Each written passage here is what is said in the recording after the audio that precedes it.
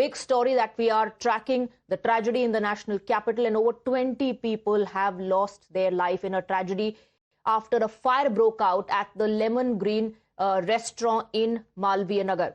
The fire occurred at the multi-story restaurant around 8:50 a.m. According to Delhi police, 21 persons have been killed and 37 were evacuated from the building and admitted to hospitals for treatment. Out of the 21 deceased, majority of them were foreign nationals. Firefighters were rushed to the spot and they launched a rescue operation to evacuate those caught in that blaze.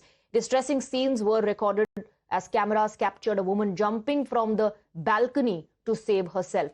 There are glaring lapses. We'll talk about that as well. Let's first listen into the reactions. तब authorities को समन किया जाता है, पहले क्यों नहीं होता sir? ये आपको आशीष ने बताया ना, जवाब दिया सर। इसका जवाब नहीं मिला सर, क्योंकि इससे पहले भी चीजें हुई हैं। मिनिस्टर देंगे। अब जब होता है तो बोलता है डीएम जो है वो कार्रवाई करेंगे, पहले क्यों नहीं होता है sir? The glaring lapses in this incident have now come under the scanner. Top sources tell Times Now that the hotel had only one entry and exit point and permission was given by the Delhi government to operate only 6 rooms. But the facility was actually operating 25 rooms. Further, this hotel was located right next to a transformer and the narrow structure only hampered the evacuation process, which led to loss of lives of over 20 people. This facility also had small windows, narrow exits and dangling wires. It was a clear safety and security threat for all those who were living in the facility. On your screens, in fact, are details that we are breaking down for you of the lapses that have come to fore. Everything from permission granted to how the norms were flouted to the narrow entry and exit points to the location of the hotel right next to the transformer. Everything seems to have been overlooked by the authorities. We also have some breaking inputs coming in on the broadcast on the investigation. We're given to understand now that an FIR has been filed against Lokesh Bajaj, the owner of the bed and breakfast facility. Out of 21 deaths, 17 foreign nationals have lost their life in this tragedy. Most of them are from Liberia, Nigeria, Mozambique and Bangladesh. The FIR has been filed against unknown people as well. The owner will be made the main accused, and we're given to understand that Lokesh Bajaj, who's the owner of this BNB, is absconding. Priyank and Hina are both joining us on the broadcast with more details. Let's first go across to Priyank. Priyank, share more information about the FIR that we have that has been filed now. The focus, of course, is on the main accused, who's the owner of this facility.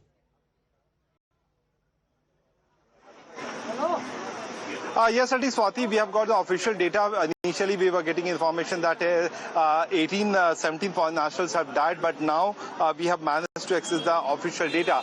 So let's break it to our viewers that how many patients have been admitted in which hospital. And this official data, which has been exclusively accessed by us, clearly shows that there were many patients who were shifted to different hospitals. But the foreign nationals, that's the official data on Hauj Rani fire, the foreign national death toll is 11, although there have been 10 Indian nationals who have died. Along with this, there are 6 Bangladeshi nationals, along with nationals from Republic of Libya, who have been admitted at Max Smart Hospital and Safdarjung Hospital. So these are the official data.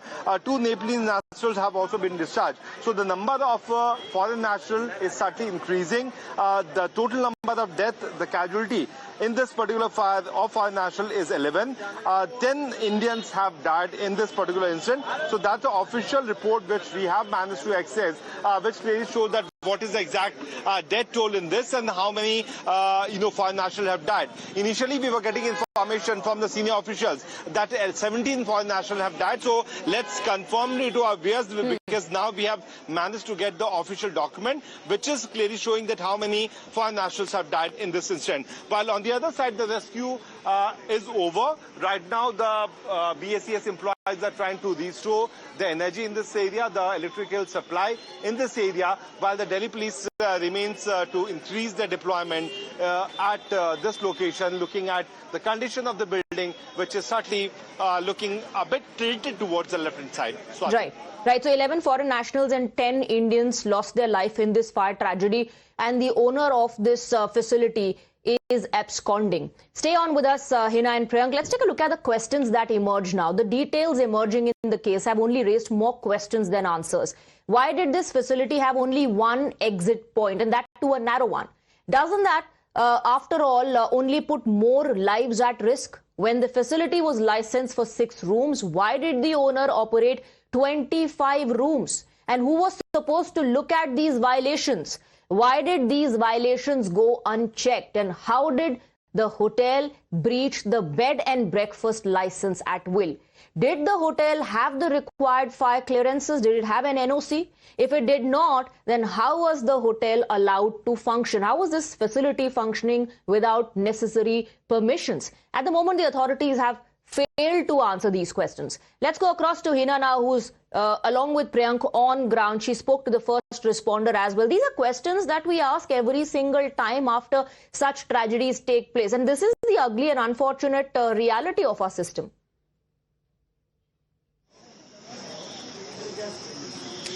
Absolutely. You know, same template is repeated every time there is a tragedy, unfortunately. And Swati, I would like to show to our viewers what is the current situation as far as this particular area is concerned. So I'm currently coming to you live from Hausrani area in Malve Nagar, where you have this establishment. It's a bed and breakfast facility. And according to the information that we have received so far, this particular bed and breakfast facility, Flourish Stay BNB, had a permission to operate 6 rooms, but it was operating 55 rooms. And what you can see on your screens right now, the facade that is completely charred.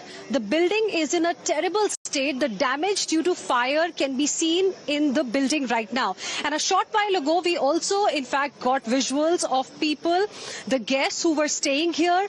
They are now vacating the premises because some people were not present inside this particular building when this fire tragedy took place in the morning today. They were in the hospital and they are now being moved to another location. This entire area has been cordoned off. Forensic team was here as well a short while ago, and now this is being investigated. Now, clearly, what happened was extremely unfortunate, but I spoke to a lot of people here at the spot. Some of them were first responders, and the way they reacted and the kind of details they shared with us were heartbreaking. Because, one, it's a very congested area. Let me also give you a sense of how, narrow the lanes are. If my camera person can just point out and show you. So this is another lane that takes you to another facility called as Lemon Green. Can you imagine if something unfortunately happens here? Will any ambulance or car be able to enter into this narrow lane? No. So this is the kind of area that we are talking about. And as far as this particular building is concerned, it had only one entry and one exit. What we have also been told by locals here is that the other side, which had access to the basement area, was actually locked from outside. And that is the reason why people who were living in the basement, at that point in time, they could not really come out. It was asphyxiation that led to the death of so many people. When the first responders arrived here, the locals arrived here, they asked people to jump from the top floors. We've seen dramatic visuals of women jumping from there. Others could be saved because of mattresses and blankets that, locals gathered from here. But it's extremely tragic, and the lapses are also very, very unfortunate. We'll have to see what the government eventually does now, because this is also an impact on India's medical tourism image, because India is also a medical tourism hub. People from around the world come here, and a lot of foreign nationals who were staying here actually had come from places like Bangladesh, parts of Africa, etc. And they were getting treatment either from Max Healthcare, like which you is said, very close the by. individuals, the foreign nationals who lost their life, they were staying in this area because one, it is affordable, and the distance from the hospital to this particular facility is the reason why they chose this. Little did they know that this is going to be a tragic end for them. And rules were flouted because the authorities turn a blind eye, because these individuals are allowed to flout norms. Hina and Priyank, stay on with us. We have some breaking inputs coming in. In fact, dramatic visuals are now emerging from the Malviya Nagar fire tragedy, and this is the fresh footage that we've accessed from the Hotel Flourish stay, which shows the scale of destruction caused by the blaze. Let's go across to Priyank. He continues to be with us on the broadcast. The images of flames and the people who were gathered around, we can also see, these of course include the police officials, it includes the local people, the responders who in fact were the first ones to help. They played a big role.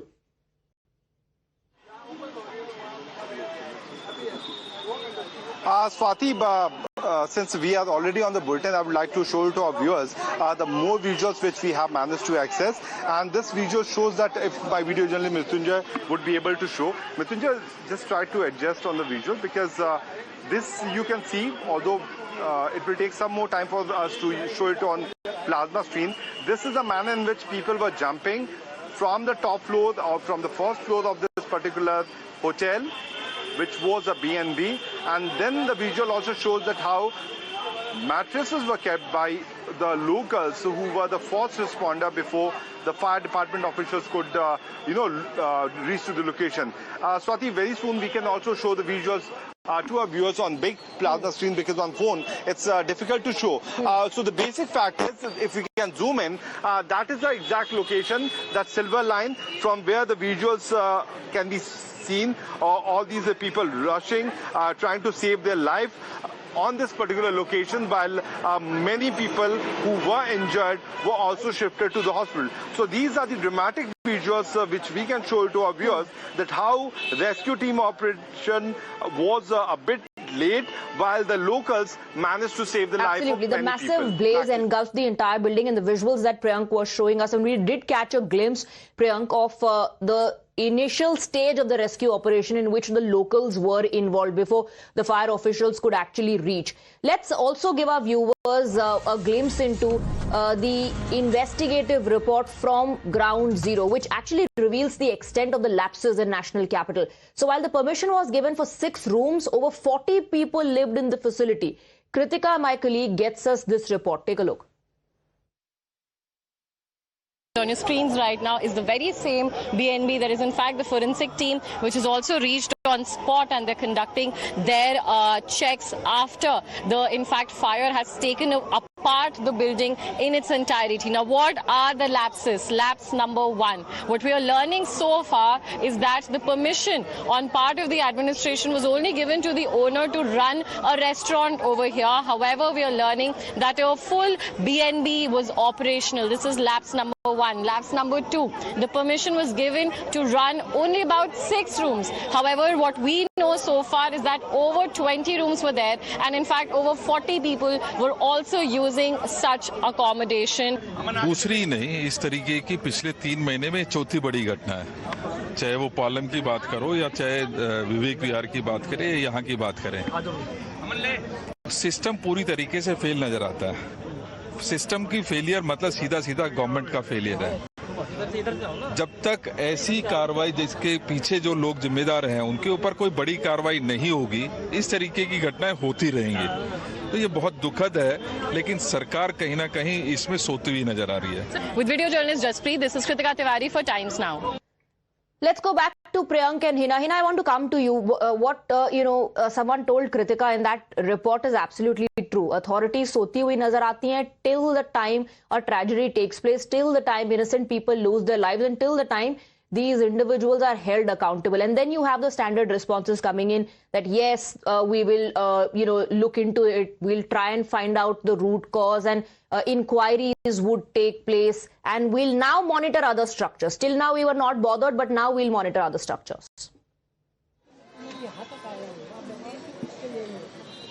Absolutely. Governments come, they make tall promises to people of this country, they take their votes, and then when they come to power, they completely forget about the promises. This is what I would like to say, because, Swati, the first person that I spoke with after I reached the spot in the morning today was Mr. Somnath Bharti. He was an MLA away from this particular area, and his first reaction was that, you've got double engine Sarkar here, but nothing really has changed. It's their responsibility.